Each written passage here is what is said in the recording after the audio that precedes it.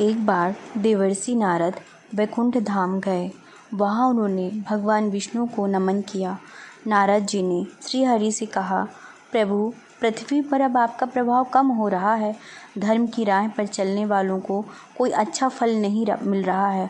जो पाप कर रहे हैं उनका भला हो रहा है। तब श्री हरि ने कहा, ऐसा नहीं है देवर्षि, जो भी हो रहा है सब नीति के माध्यम से हो रहा है।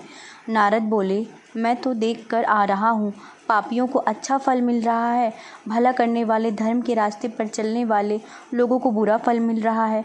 भगवान ने कहा, कोई ऐसी घटना बताओ। नारद ने कहा, अभी एक जंगल से आ रहा हूँ। वहाँ एक गाय दलदल में फंसी हुई थी। कोई उसे बचाने वाला नहीं था। तभी एक चोर उधर से गुजरा। गाय को फंसा देखकर भी नहीं रुका। वह उस पर पैर रखकर दलदल लांघ कर निकल गया। आगे जाकर चोर को सोने की मोहरों से भरी एक थैली मिली।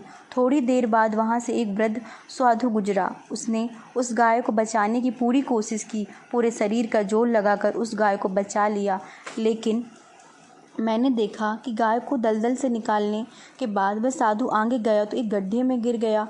प्रभु बताइए, यह कौन सा न्याय है। नारद की बात सुनने के बाद प्रभु बोले, यह सही ही हुआ। जो चोर गाय पर पैर रखकर भाग गया था, उसकी किस्मत में तो एक खजाना था, लेकिन उसके इस पाप के कारण उसे केवल कुछ मोहरें ही मिली।